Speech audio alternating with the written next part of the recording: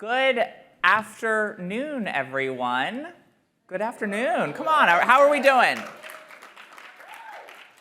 It's wonderful to be here. My name is Sarah McBride. My pronouns are she, her, and hers. I come from the great state of Delaware in the United States, where I serve as a state senator in the United States' highest-ranking openly transgender elected official in the country. And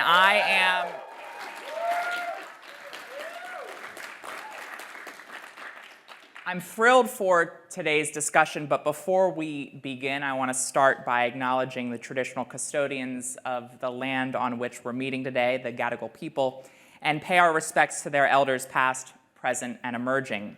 This always was, this is, and this always will be Aboriginal land. In order to ensure that all our voices are heard, the way to interact with today's session is through the app if you're here in person, and via the virtual platform for those watching online from home. The chat function can be found under the Ideas tab, and you can also submit questions which can be upvoted. You can vote for your favorite questions to make sure they reach the presenters, and we're going to try to reserve some time for questions. I do want to make a note that if you are here in person, still please use the app. We're trying to make it as even and fair for everyone, no matter how they're participating.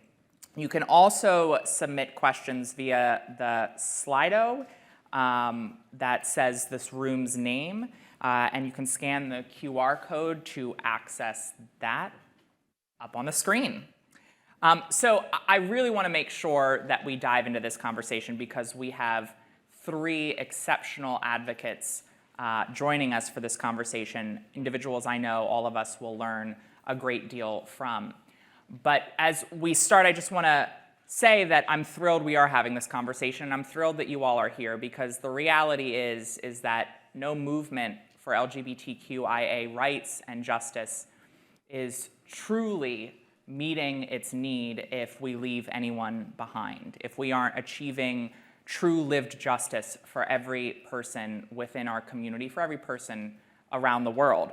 And we know that we all come to these conversations, this movement, with intersecting identities. And if we only achieve justice for the most privileged within our community, we will leave the vast majority of our community behind. And while I am very glad to see a growing acceptance of the need and urgency of intersectionality, we know that to truly live an intersectional movement, we have to do it with intentionality. And that is what I think this conversation today will help to highlight, the ways these exceptional advocates and activists seek to live intersectionality in their work, in their approach to their job and their efforts, and the tactics and strategies they use to make sure that we are operating in a way that is seeking to lift up and support all of us. And so with that, I'm actually going to move over here, to get into the conversation. And as I mentioned, we have three amazing individuals, people who inspire me in their work. And I'm going to actually start by having each one of them introduce themselves, share a little bit about their work before we dive into the questions. So Naomi, why don't we begin with you? Do you mind introducing yourself? Of course not. Hi everyone, good afternoon. I'm Naomi Fontanos, and I am currently the Executive Director of an organization called Gender and Development Advocates Filipinas, or GANDA Filipinas, in the Philippines. And we are part of three networks that make our activism possible. So the first network that we are part of is called the Lagablab LGBT Network. And with this network, we are able to be at the forefront in pushing for the sexual orientation, gender identity and expression, and equality, and sex characteristics equality bill, or what we call the SOGI equality bill.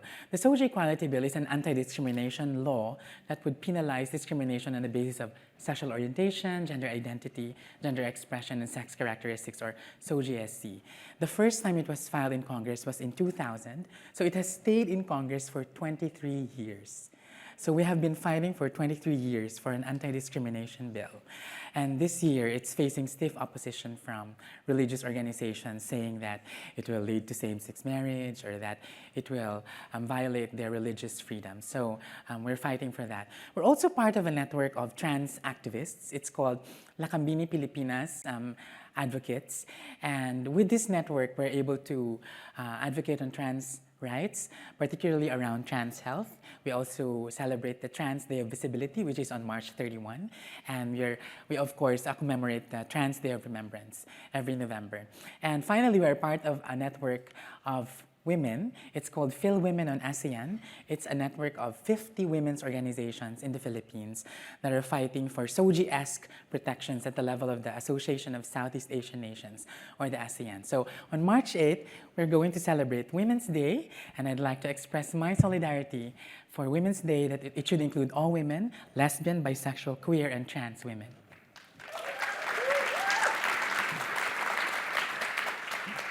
Thank you so much, Naomi. Nevo? Hi everyone, my name is Nevo Zisin. I use they, them pronouns. Very grateful to be here on Gadigal land and to be living on Wurundjeri country in Naarm, and pay my respect to this living and breathing land and the caretakers of it who have been in kinship for tens of thousands of years, recognizing of course that any liberation we speak of is impossible without land back and First Nations sovereignty. I primarily describe myself as, well, I often say that I exist in the breaths between the words that define me, but that I am a storyteller who likes to follow stories along mycelial networks.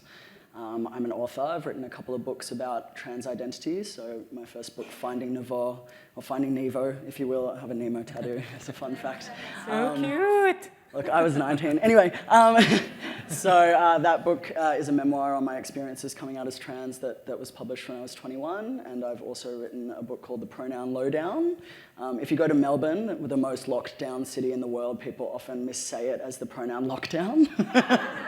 You can see the collective trauma there. So, so that's a guidebook on pronouns, and I run workshops in schools and workplaces around less on trans literacy and more on trans compassion. I think we spend a really long time focused on definitions that change every few months rather than actually how to feel empathy and how to really understand our own stories in order to better see others. I'm also a marriage celebrant. I have ADHD, so I have to do many, many different jobs to keep myself going. So yeah, that's a little bit about me. So cute. You wear many hats. Kenita? You know, I'm just happy to meet persons who have a few more hats than I do. And then I was thinking I had too many. But I am Kenita. I'm from the Caribbean, St. Lucia. I run an organization called Eastern Caribbean Alliance for Diversity and Equality. It's only 7 years in existence.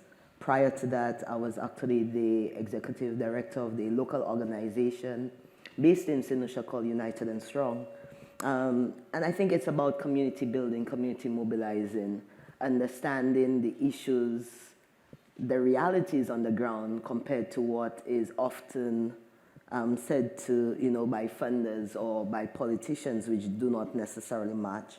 And so our work has been focused on really building community and getting persons spaces where they can identify as themselves, with themselves.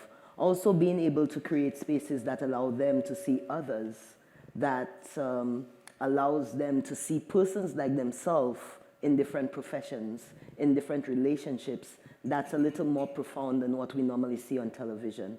So creating that continuous space for capacity building, self-identity, acceptance, most of all, because in the Caribbean, particularly where we see, or in a lot of our countries where we understand the religious nature of the foundational existence of us, it's one where you really have to kind of challenge what is called the norm to be able to stand out. And so a lot of times it takes up a lot of sensitizing education, but even without that, just conversations that allow people to see you as a human being and not you as a sexual act, which is most times where they, tend to put us.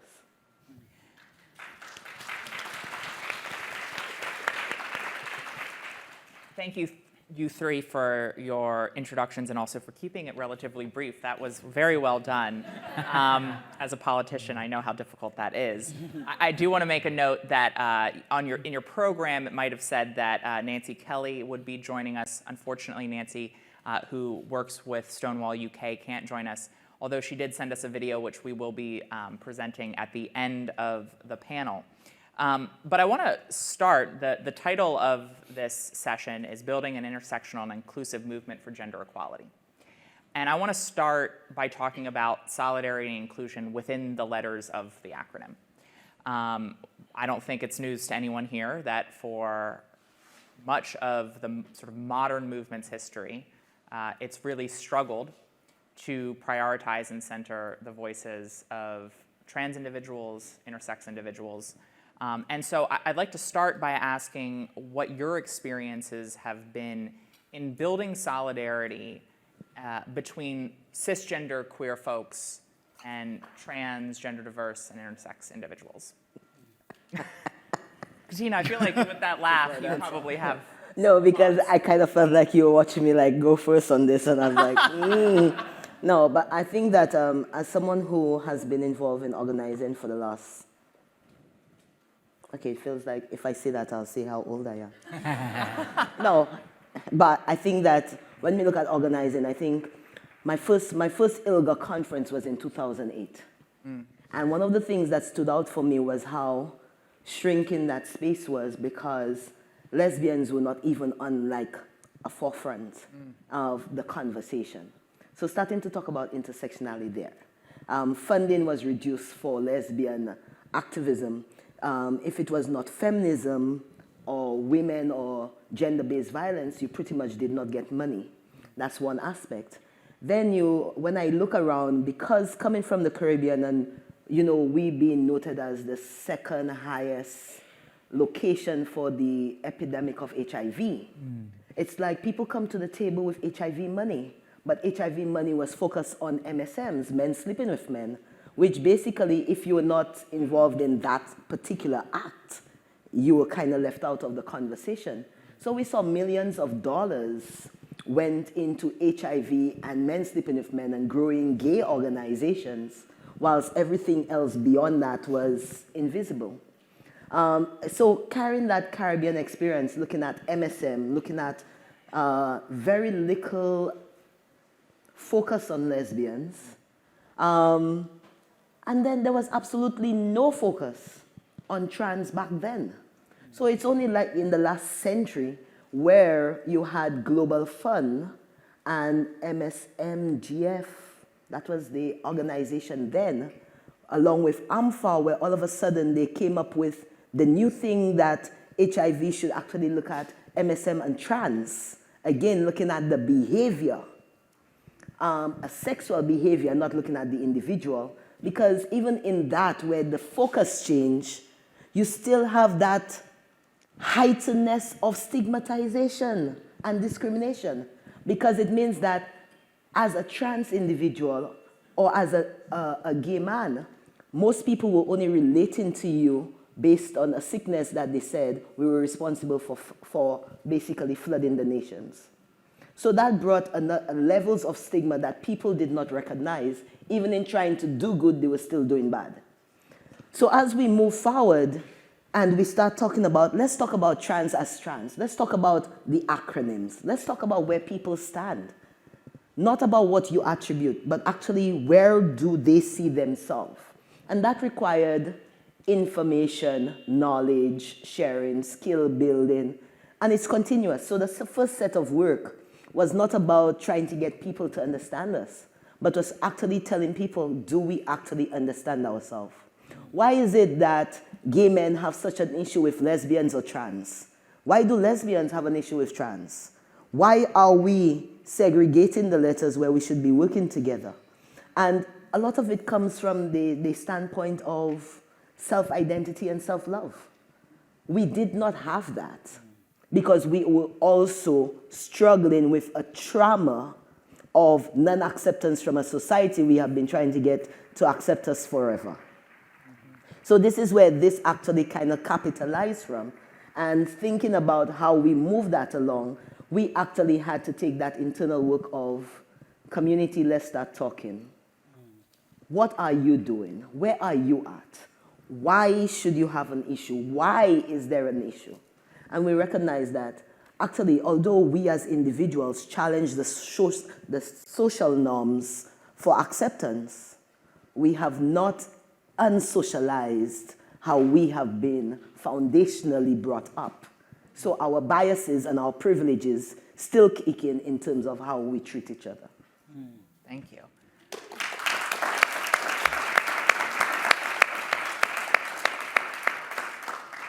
Naomi, why don't we go to you?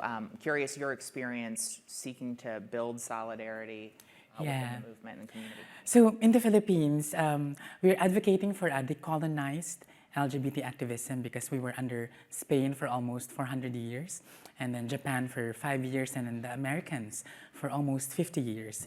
So a decolonized activism seeks to return the land, the indigenous people, and it's connected to culture and language. So we have done a bit of decolonized activism, starting with our name, because GANDA, our organization, GANDA Filipinas, GANDA means beauty, and it's a term of endearment that non-LGBTQ people use to call trans women in the Philippines. It means beauty, and non-LGBTQ people call trans people beauty in the Philippines. And Filipinas is the Hispanized name of the Philippines, which we use to call attention to the fact that trans women have always existed in our country, even before colonization, and they worked as priestesses, shamans, and spiritual leaders of their communities. So I think using our language, GANDA, sort of builds a lot of solidarity with cisgender queer people because it's a language that they speak, it's a language that they understand. And of course, queer cisgender people can also be part of our organization.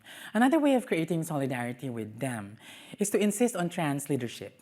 Because in many LGBTQIA+ movements, trans people are relegated to minor or entertainment or tokenist roles. Not that there's nothing wrong with that, right? But in Pride organizing particularly, I noticed that not a lot of trans women step up for leadership roles. So in the Philippines, I was the first trans co-coordinator of Task Force Pride, which is the official coordinating body of the Metro Manila Pride March, which has been ongoing since 1996. So I did this in 2008. I served for a year, and for the first time, trans people were in leadership roles. They were making the decisions, and it was very hard for many gay and lesbian men to accept this. But we had to insist that trans women can be leaders. They can be at the front, leading the organizing of Pride. And I think that is how many cisgender queer people start to understand trans people more, and they can empathize with us. Trans women can be leaders, and of course, this is best exemplified by you. Yeah, and our organization also has 5 guiding principles, but one of them is joy. Because I believe, and I was so happy that Jessica was able to mention this earlier in their panel at the theater. Queer joy is very important, and we want more queer joy. So I think this is how we build solidarity with our cisgender queer people as well. Beauty and joy, Yes. absolutely. That is our community. Nevo, your thoughts on your experience trying to build solidarity between sort of the sexual orientation and gender identity aspects of the community? Yeah, I think, echoing what has been said as well, like I'm really interested in this idea of community, right? Because I think that we actually do ourselves quite a disservice when we assume that community is just people that we have shared identity categories with. And then we are often disappointed, we are often left out, we are often cast inward because we're like, oh, well, again, trans people aren't included, or, again, this person, didn't care for me in this situation and whatever. And in a way, we're almost reproducing a nuclear family structure whereby it's something we've been born into, that just because we are queer, we are part of a community.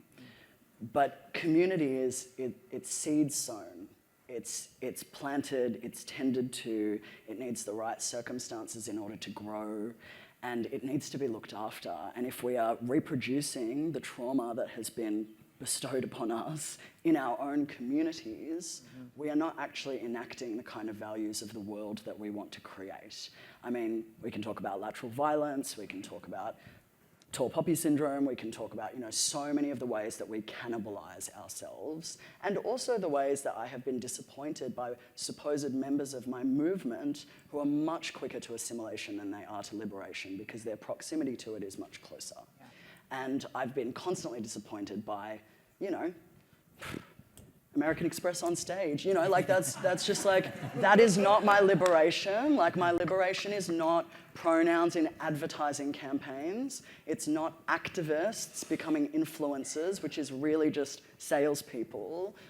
That's not my liberation, and that's not my community. That doesn't mean that I don't care for those people, I don't care for those forms of progress, but that's not kinship for me. That's not a shared vision for where we want to go. And when you put a bunch of people with completely different visions in a space together, it's a lot. I mean, in the Jewish community, we say that if you've got 2 Jewish people, you have at least 3 opinions or something. So it's just there's just a lot of opinions in the space. And I guess with cis and trans people specifically, and I really loved what you said about the sort of the self-love and the self-care part of that, because cis people will come to me and be like, how can I be a better ally? And and I feel for you, it must be so hard to be trans, or it must be so hard to feel that way in your body. And I'm like, I'm liberated actually.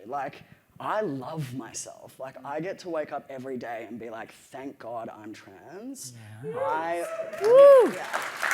I mean, if you want to come to the show that I'm performing at tonight, I'll be naked, so you'll get to see just how comfortable I feel in my skin. But, I think it's this thing where it's we are a mirror onto each other, and the insecurity that comes to the fore when trans people are willing to live in full embodiment outside of the very binary and categories on which we build our entire societies, when we are happy to dismantle all of that and still build incredible structures, people find that incredibly threatening, because we are in a time of so much change and so much flux that people hold on for dear life onto gender because it's all they have left. They can't keep up with iPhone updates. They're at least the binary is something I can prove with year 8 gender that I dropped, year 8 science that I dropped out of. They're at least this is objective. And for me, it's funny because I used to really feel it. I used to really feel that hostility underneath the armor, and now I don't care if I'm misgendered. And yes, that is a privilege for sure, but also I don't need a stranger to see me for who I am. I can't see them for who they are either. We just met. I don't actually know them. And so it means being able to operate from this place of deep security within an ecosystem where we are actually creating our communities, meaningful communities, means that we can see each other much more clearly. So for me, with cis people, I'm let's have a conversation about your gender. Let's have a conversation about the first time you ever felt dysphoric, the first time that someone told you you couldn't do something because of your gender. I want to hear about the outfit that makes you feel really damn good about yourself and that you feel your fullest power in. That is gender euphoria. These things are not othered. They're not just the experience of trans people. Cis people do things all the time to conform to gender norms. It's built into our society. So when we stop creating this dichotomy of us and them and trying to understand somebody else's lived experience and rather really focusing on understanding your lived experience, when you can witness your suffering in a way that isn't steeped in shame and guilt, but in deep compassion and love and patience, then you can witness mine. Yeah.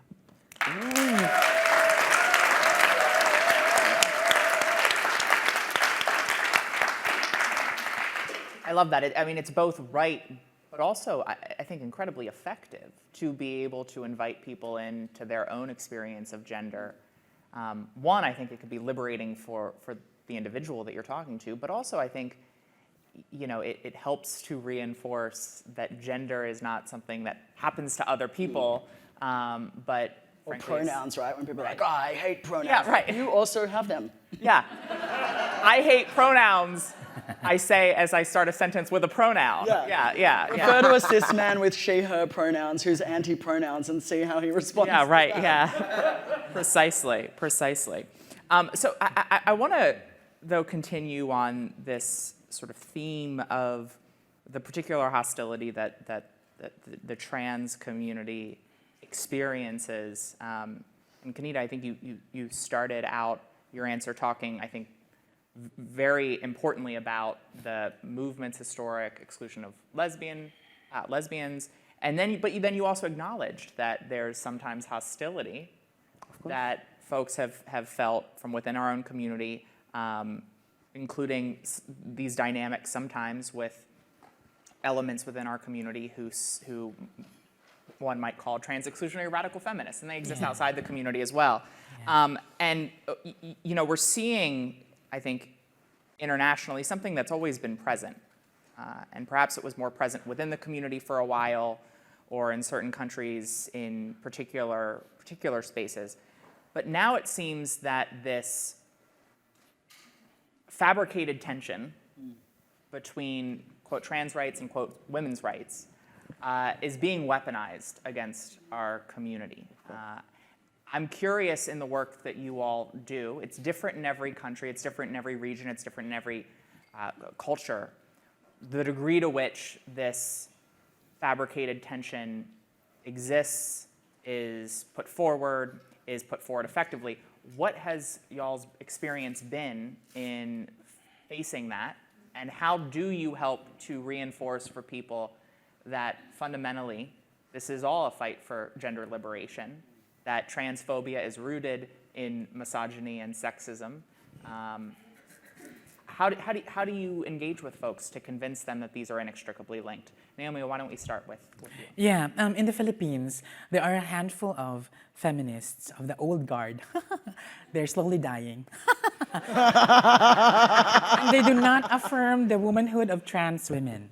They really believe that trans women are not women and that trans women are men. So in the Philippines, we have an indigenous term. It's called bakla. And I think the understanding of this indigenous term gets in the way of how modern day women really accept trans women, because bakla has been misidentified as the equivalent of the Western gay, and so they think that bakla trans women are men. But if you look at our history, pre-Hispanic Philippine villages, tribes, and communities had indigenous third categories called asog, bayogin, or binabayi, who were interpreted as men who dressed up in women's clothes and had relations with men. But I dare say that they were actually trans people, and they were the precursor of the modern trans identity in my country. And these asog, bayogin, or binabayi often worked as babaylan, katalonan, or balyana, who are the priestesses, the spiritual leaders of their communities, who are equal to the political leaders. So in pre-Hispanic Philippine villages, tribes, and communities, we had a multi-gender system. And this is what we tell feminists in our country, that we need to reclaim this history so that together women and LGBTQIA people can forge a future together. Because you were also relegated to subordinate roles during Hispanic times. And then we can find a common thread to chart a future together. So it's very important to reclaim this history for us in the Philippines. Yeah. Well? I'm not trying to convince anyone anymore. It's a waste of my sacred time. If you're not ready to come on the journey, you're not ready to come on the journey. There's only so much that can be done within that space, I think, at least within my own work and my own self-preservation.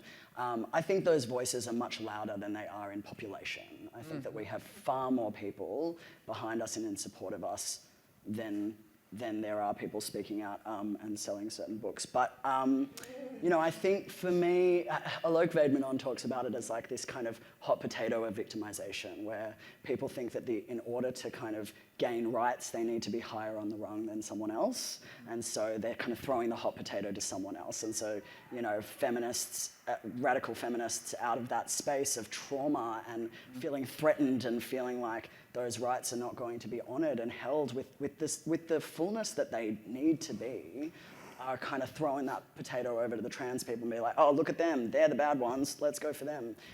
And the thing is that when you're only ever associating yourself with the elite class, your rights are fickle, that they can fall out of your hands at any given moment. It's the same like if you associate yourself with cops. Like the next day, the law could change and you could be on the other side of it.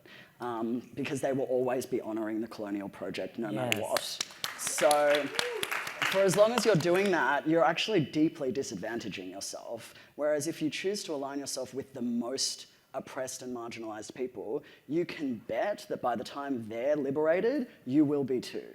But if you're only ever focused on those who are on the periphery of the assimilation, kind of closest to the elite class, like it's just not going, a rising tide takes all ships to the shore. So I think as far as kind of battling with women's rights movements, I mean, it's so hard because it's like we are so in this together, we so share a common enemy, and that common enemy actually isn't men or any kind of person. It is these like deep-rooted systems of patriarchy, colonialism, white supremacy, like these ideas that they disadvantage all of us, And this is the thing that I think people within those sort of elite classes, and when I say that, I want to very much give caveats that I am also within those classes, right? I do not see myself as separate from them. I am a settler on stolen land, I am able-bodied, I am white, there are a lot of reasons why I am also within that class. When we talk about that and we talk about relinquishing power, relinquishing control, there's so much fear around that, and I don't think people realize that actually you'll have a better time too. Trust me, on the other side of this liberation, maybe we won't have to work 50 or 60-hour work weeks. That who decided that that was a good way to spend our time? Have you seen other plants and animals on this planet? Have you seen what they do with their days? Because we could do that too. We could just sort of, we are the only species here that's checking a timesheet and asking for leave. I'm sorry, I've never worked in the corporate sector, or actually really for anyone, because I refuse to. But the fact that we have to ask someone for leave to live our life, or that there are pre-prescribed amounts of days per year you're allowed to be sick. What do you mean? What do you mean? So, on the other side of this, of ableism, of white supremacy, of, all of these isms, is actually liberation for all of us. And I think that, during the kind of COVID pandemic was a real eye-opener for a lot of us that, actually most of us are very unhappy. Most of us are not having a good time. If you ended up going into lockdown and felt relief, that's a red flag. Maybe we are in an abusive relationship at the moment with our world and our systems. And, I think that what happens with capitalism is that it works us so hard that we lose our imaginations. Yeah. And I actually wonder if anyone can think about the first time you felt less imaginative, when, because as children, we're playing lots, we're drawing lots, we're creating art, not because we're trying to win a prize, but just because it's fun, because it's really fun to put your fingers in paint and put it all around and whatever, When was that moment where you lost your imagination and your creativity, where it became profitable, where it became productive? And how can we get back to that? Because when we talk, Adrienne Maree Brown talks about organizing as the greatest science fiction, because we are writing futures for ourselves that have never existed before, or imagining these new worlds. And so, when I talk about the kind of liberation I want, people are well, that's not very realistic. I'm well, that's not very imaginative. Actually, maybe we could queer all of this shit and figure out from there. If we dismantle it all, let's build it up from there. So I just looked at the clock and realized, oh my goodness, we have 11 minutes left and we still have a video that we have to do, but I want to make sure we continue to get to a couple of important points. And so I'm going to actually move to the next question. Kenita, we'll start with you on this. As we've already talked about in this panel, the lateral violence that occurs within the community is real and deep. The sort of tactic that people oftentimes utilize to achieve rights or dignity or respect for themselves is by sort of demonstrating their proximity to power and privilege. And to do that, they push others further down. And so racism and xenophobia and Islamophobia exist within the LGBTQ community, where I'm going to use that word just because peoples. And I'm curious, in your work, Kenita, how do you make sure that you're centering people with disabilities folks of various ethnic backgrounds that might be underrepresented in the region that you're working in. What's your approach? What's your perspective on how you do that and how others should do that? I believe that we come to the table understanding that, first of all, being in activism, you actually live outside yourself most of the time. You become both selfless and selfish because 90% of the changes are what you want, but you also bring along a whole set of people who also want it with you. And so you have a couple of things to actually come back on this, because when you look at, the entire movement of activism, social justice, regardless of which decade, you can find a group of people that are going to be that targeted group that's going to be working with, right? Those that are going to be shouting that saying, although they have laws, I am not seeing myself within that. Pretty much this is where the LGBT community is. What makes it difficult is the interpretation of what that inclusion looks like. So as we work, the intersectionality that we use is not just that of gender.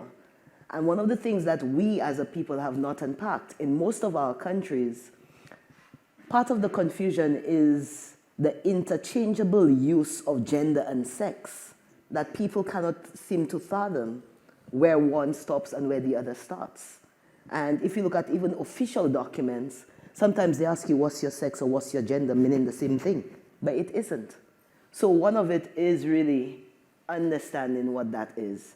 The other one is actually looking at, when we talk about community or building that, what is that? And I think you hit it in terms of not recreating the exact thing that patriarchal existence, colonialism, slavery brought us. Because the one thing slavery certainly brought the Caribbean was a dysfunction of family and community. They didn't allow you to build it so that there was no uprising. So now that we are learning how to do that in a different way, in a different form, how are you being different? Being different means that you are being allies to other issues that's not necessarily yours. So we always look for allyship in terms of who are the allies of the LGBT community. But who is the LGBT communities, organizations, organizers being allies to? And that's where you look at issues of disability. For me, one of the issues that I work highly in is climate change, because it's dear to my heart, because we live in a prone area every year and something that have no choice about it. So climate change is an issue that we have had to connect with our colleagues over in Pacific, who has the same issues as that of Caribbean, in terms of thinking about rising sea levels and what that look like. The environmental justice movement is another. What are we creating and not creating, and how are we? So again, identities is something that's, how are we doing the mileage of education? And most of us actually come to the table expecting people to accept and understand. But we know the first thing that happens is people come to the table with fear of anything that they do not understand, because they have been socialized to know that this is what is accepted rules. This is the accepted norms.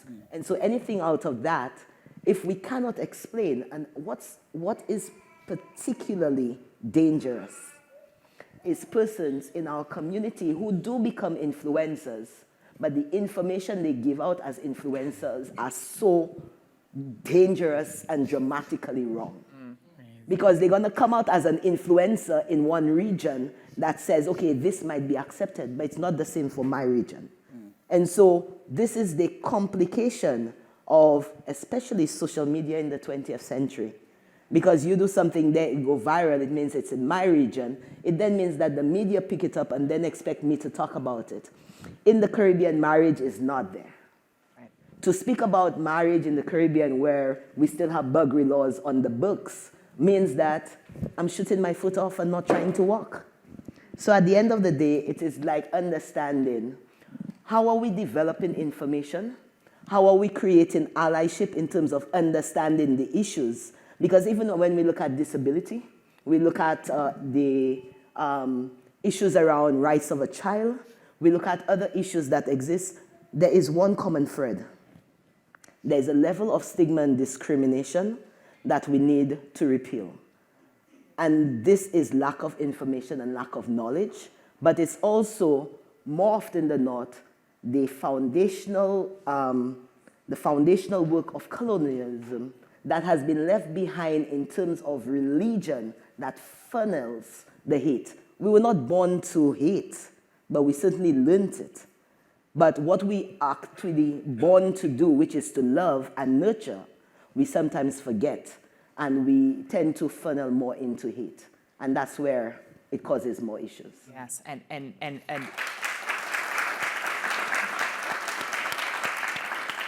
I really want to put an exclamation point on something you said very briefly, because it's something that I heard routinely from some of the members of parliament that are working on decriminalization here in the Pacific, where they said one of the biggest talking points they hear against their efforts around crime law reform is that it's inevitably just leading to marriage.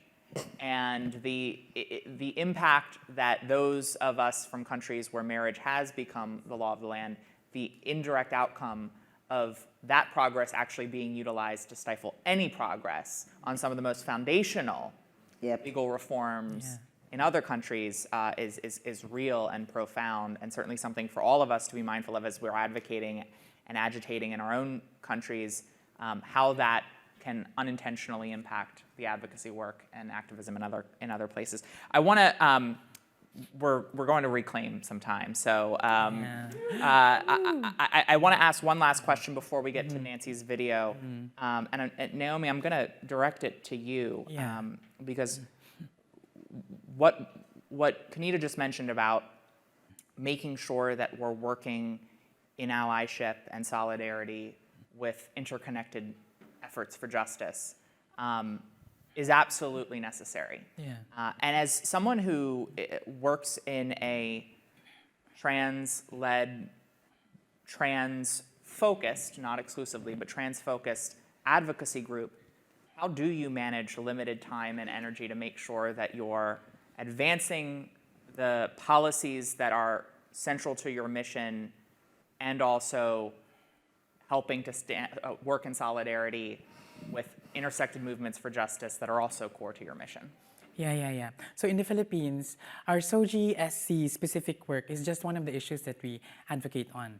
So, but as much as possible, we try to prioritize our SOGI specific work because, as Audre Lorde said, there is no such thing as a single issue struggle because we do not live single issue lives. And this is true, right? Because many of us LGBTQIA people are also indigenous people. We are people with disabilities, workers, we are farmers, peasants, students, women, children. So we need to speak up about these issues that affect us. So we need to speak up for living wages for workers. We need to talk about women's rights to abortion. We also need to talk about the climate crisis, as Kenita has mentioned, and sex workers' rights, etc. Because these are important issues to our movements as well. Wonderful, thank you. With my apologies to some of the questions that have come in, I think we have touched on some of those points that are in the questions that have been sent in. I'm going to recommend that they increase by 30 minutes every session. Oh no. But I'm going to move to a video from Nancy Kelley, who's the CEO of Stonewall UK. Obviously, I think many of us know in the UK they are perhaps experiencing the forefront of the effort to create a bridge between LGB and trans folks and between women writ large and trans folks. So I assume we'll hear a little bit from Nancy on that. So if the folks who run the screen can put Nancy's video up, I would appreciate it. Thank you. Hi to everyone at GPP and all of you in Sydney celebrating World Pride. My name's Nancy, I'm the Chief Executive of Stonewall, and we believe in a world where LGBTQ+ people everywhere can live our lives to the full. I had hoped to be with you in Sydney, but as I share some perspectives on the anti-gender movement in the UK and the impact that's having on the wider world, I think it'll be pretty clear why I'm here at home, because we're in a fight for the survival of our community, particularly the trans community. We're in a fight for the survival of our organisation, and we're all of us holding on to hope, some days just by our fingertips. So if you take one thing from my words today, I want it to be that the time for complacency, it is gone. Liberal, democratic, secular countries like the UK can become global exporters of transphobic disinformation and hate in a few short years. Cross-party agreements on LGBTQ+ rights can collapse rapidly. Elite networks can be captured and weaponized against our most vulnerable communities. There is no bottom, there is no natural turning point. Gender critical activists in the UK right now are openly discussing, collaborating and working alongside far-right actors. Civil society cannot stand against this alone. And I want to kind of pull out two themes about the UK's anti-gender movement that I think are particularly critical to understand and particularly dangerous for international contexts. They are closely related, they are very exportable. It's about transphobic capture in our media and the creation of gender critical activism. So right now in the UK, we are living through a manufactured moral panic that targets the trans community, and it rivals the worst excesses of the 80s and early 90s. And it's being driven by our media organisations. To give you a taste of what that means, last year there were 3 separate months where the UK national press published more than 800 articles a month about trans people. There was 1 month last year where they published over 1,000, more than 33 articles a day about trans people, a community that is only 0.5% of our population. All of our mainstream national media are involved. They have whole sections on their website called things like trans issues. Trans hostile groups, gender critical groups are platformed without any kind of criticism or comment, while any trans person and any supportive cis person or organisation is undermined and treated as suspect. And that corruption of the media travels. A couple of years ago, I was talking to US colleagues and warning them about the risks. And here we are sitting when the New York Times has had open letters from 100 of its contributors about transphobic capture of its editorial policy and has responded with an article called In Defence of J.K. Rowling.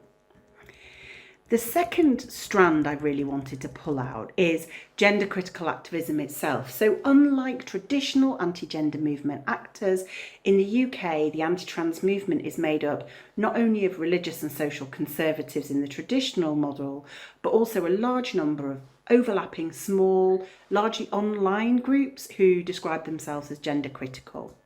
And gender critical activists really position trans rights as an imminent threat to women's rights and children's safety. It's not exclusively associated with right-wing politics or with religion. All of our major parties have vocal gender critical members. And this secular, more politically flexible form of trans hostile framing and tactics can travel to places and spaces that traditional anti-gender movement framing and tactics cannot. Uncritically and really extensively platformed by the media, these groups have had an extraordinary level of influence on the way in which our politicians think and talk about trans people and their rights. So a great example of this is the slogan adult human female. It's popularised by a prominent anti-trans activist who works openly with far-right groups, and it's been used as a slogan by our own politicians, including the current Prime Minister. The gender critical movement in the UK is an active content creator and exporter of strategies into the global anti-gender movement. It works as a kind of nerve centre, and the UK anti-trans moral panic is a threat to the rights of LGBT people around the world. So what's happening right now? Well, right now I'm in London and not Sydney, because just before Christmas, after years of campaigning, the Scottish Government passed the Gender Recognition Reform Bill, modernising and demedicalising gender recognition. And then the UK Government blocked it, sparking a constitutional crisis. I'm here because a little over a week ago, Brianna Jai, a 16-year-old trans girl was murdered by her peers, and our communities in mourning and in uprising. Hate crime against LGBTQ+ people has been rising year on year for years now. Against trans people, it's skyrocketing. I'm here because the wait for gender-affirming healthcare stretches out years into the future, because the system for gender-affirming healthcare of children is collapsing, and because trans people are dying because they are desperate and cannot cope with the wait. And I'm here because despite having progressive governments in both Scotland and Wales, and the fact that we've got a really socially liberal public, the Conservative Party chairman, our current government's chairman, has said they will fight the next general election by focusing on trans issues and the culture war. So what are we doing at Stonewall? We're fighting with our movement to secure better commitments on trans healthcare, on anti-LGBTQ+ hate crime, on conversion practices, on gender recognition. We're fighting to hold the government to account. We're working to strengthen balanced journalism and push back against misinformation. We're creating resources that support people to challenge anti-trans narratives and working with key allies like the union movement to mainstream these tools. We're working to evidence the links between anti-trans sentiment and the far right. We're sharing intelligence and support with partners around the world in order to better push back against this onslaught, and we're working closely with the multilateral system to strengthen all of our capability. We're building and supporting a network of influential organisations who are concerned about media and political discourse and the potential to roll back trans rights, and we are doing that as the most visible LGBTQ+ rights organisation in the UK, and we're doing it at considerable institutional and personal cost. For about 3 years, we've been subjected to an overwhelming defunding campaign coordinated by gender critical groups, enabled by our national media, and publicly supported by senior members of our government. At its height, there were 5 or 6 negative articles about Stonewall a day in our national media. We've been attacked using lawfare, with gender critical groups and activists bringing court cases, threatening court cases, and using all of these to generate more adverse coverage. Our offices are vandalised regularly. We've had protests outside our offices. There have been significant security threats made. And those of us who are public facing are subjected to an absolute fire hose of online, often international coordinated abuse.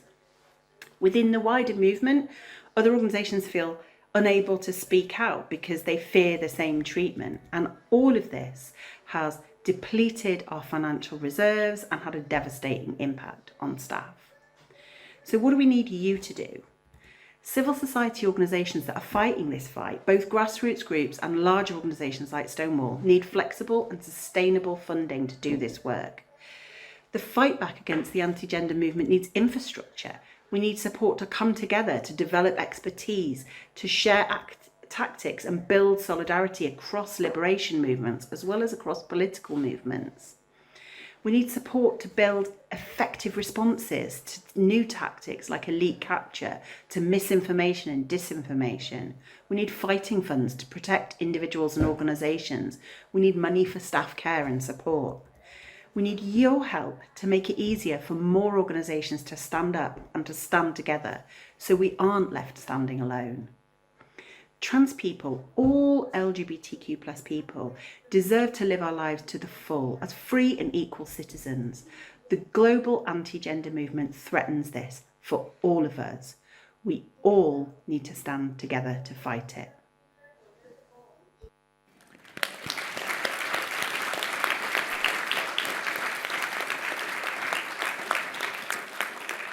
Well, a powerful and sobering message to end on, to remind us of the stakes, to frankly put a greater point, a finer point on the fact that our progress can both positively and negatively in some instances impact folks around the world. And of course, the anti-LGBTQ, anti-trans forces that we combat in our own countries are absolutely seeking to export their strategies, their funding, and their work.